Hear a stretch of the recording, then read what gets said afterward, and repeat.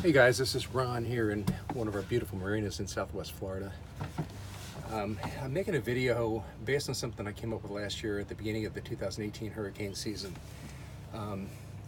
We're 2 weeks away from the 2019 season, so I want to get this out on video so that other boaters can utilize this. I'm going to do this in 4 parts. One is how and why I came up with it at the beginning of last year. Also some of the physics as the second part. The third part would be how to assemble it and install it on the pilings. And then the third part will be the cost. The reason I came up with this was I could never tie my boat off properly for storm surge. I was either rubbing on the pilings on one side or my dinghy was rubbing the pilings in the back. So I wanted something that would raise and lower direct center in the slip without or regardless of what the tides were or storm surge.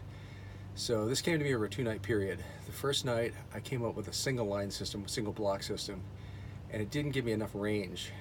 So on the second evening of sleeplessness, I came up with a 2-block system attached to the pilings. The first one was attached to the boat on a line. When I attached them to the pilings, it worked much better, and the range is perfect when it comes to running between the top and bottom blocks. Let me show you what it looks like. I'm gonna grab this phone and take a look. Okay, this is what it looks like. 1 block top, 1 block bottom. Form a triangle and then bring 1 single dock line to your boat. Here with spring lines. And there is a bow line up there. We have a boat hook for demonstration.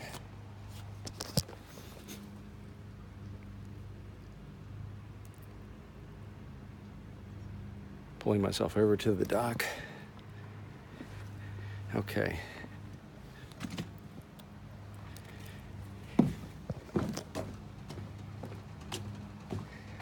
So here's some of the physics on this. When you assemble 1 block top, 1 block bottom, the range of motion keeps this line, if I can do this properly, this line will raise it and lower it straight up and straight down without arcing to either side. So anything within the range of the top block and that bottom block, even if you had the boat tight as a drum, would stay directly center in the slip.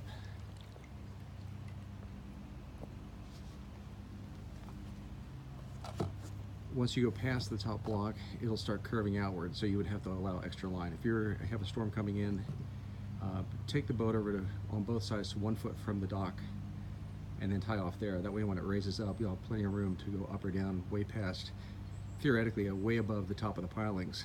Your deck could be above the pilings and still be centered in the slip. All right, this is what it looks like.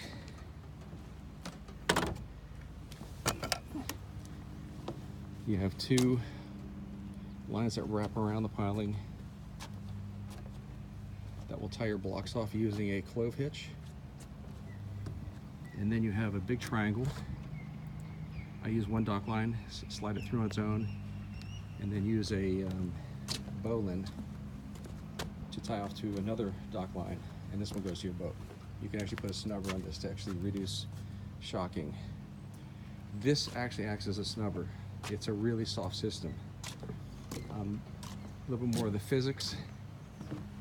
Dock lines go, breaking load is about anywhere from 7,000 to 10,000 pounds. Each of these blocks is listed at a breaking load of 3,310 pounds. These are 50 millimeter blocks. They go for about 30 apiece. I would go bigger to be safer. I would like to see a load on this of 4,000 to 5,000, and you double it to 2 of them, 1 up, 1 down. So you've got 10. If you have a 5,000, you've got 10,000 pounds of braking load. So that should really give you enough to at least match your lines as far as strength. Now, as far as how to assemble it, this is going to be difficult. I think I have to talk this. I'm going to send another video later. But basically, what you do is you tie a clove hitch. You tie a block on the end of a line, wrap it around as a clove hitch, And you do the same thing on the bottom. You run a line through it in a triangle, and then you tie a dock line to this that goes to your boat. You can use a single dock line. Just run right from the boat, loop it over on the cleat, go up to the top, down through, and then back to the boat and tie off back of the boat. I have an example of that in the back, which I can show you. It'll look like the one on the starboard quarter. You can see it's a big wide triangle because they both end at the boat. They're both tied off the boat. That'll save you a dock line. Okay, cost. Each block of 50 millimeters goes for around $30. And if you look at this, is one dock line. The one going around the post and the piling is about one dock line. And then you have a dock line running to your boat. So that's 3 dock lines, actually 4 dock lines. 1, 2, 3, and then over to the boat 4. And again, this is what it looks like before it's installed. It's 2 lines for a clove hitch to attach to the piling, then your triangle, and then your line to your boat.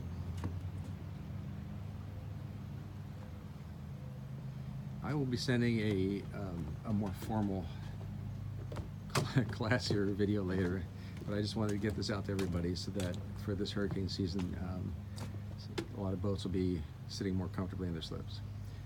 Thank you for your time. Thanks. Bye now.